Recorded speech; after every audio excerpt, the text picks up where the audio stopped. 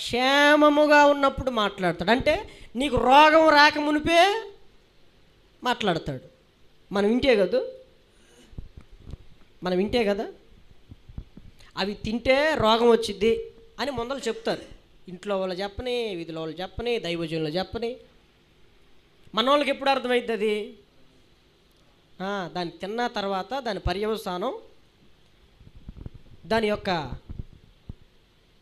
చివరి దినాల్లో దాని యొక్క అనుభవాన్ని అనుభవించిన తర్వాత డాక్టర్ దగ్గరికి వెళ్తే ఆయన అంటాడు, అవి తిన్నావా అంటాడు.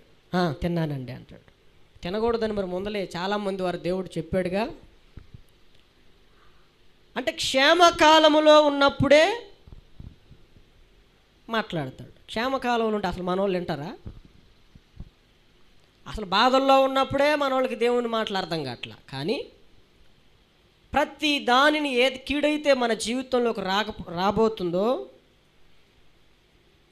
జరిగిపోయిన దానిని, జరగబోయే దాన్ని, జరుగుచున్న దానిని ఎరిగిన దేవుడు ముందుగా నీతో ఎలా మాట్లాడతాడు? దైవజనుడి ద్వారా అవ్వచ్చు, మీ ఊర్లో వాక్యం ద్వారా అవ్వచ్చు, టీవీలో వాక్యం ద్వారా అవ్వచ్చు, నీ ఇరుగు పొరుగు వాళ్ళ ద్వారా అవ్వచ్చు, నీ ఇంట్లో వాళ్ళ ద్వారానైనా దేవుడు నీతో మాట్లాడతాడు. ఎందుకంటే ప్రవక్త అయిన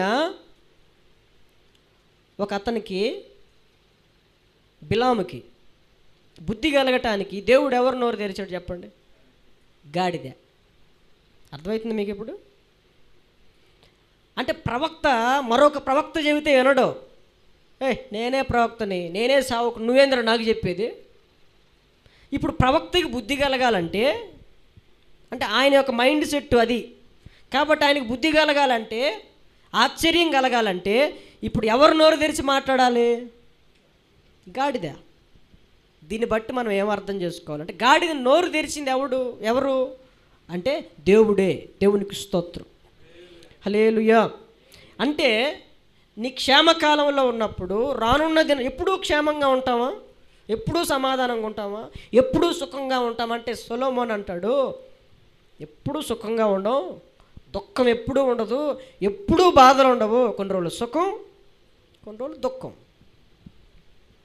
అయితే ఎవరినైనా దేవుడు వాడుకొని, ఎవరినైనా దేవుడిని ప్రేరేపించి నీతో నాతో మాట్లాడతాడు. ఇవి దేవుని మాటలే అని ఎవడైతే గ్రహిస్తాడో వాడు ధన్యుడు. దేవునికి స్తోత్రం, హల్లెలూయా, హల్లెలూయా. ఇప్పుడు ఈ వర్తమానాలన్నీ సేవకుల ద్వారా వినిపిస్తుంది. ఎందుకని? వర్తమానం నువ్వు వింటున్నావంటే దేవుడు నీ క్షేమం కోరి నీకు ఒక మంచి భవిష్యత్తుని ఇవ్వటానికి దేవుడు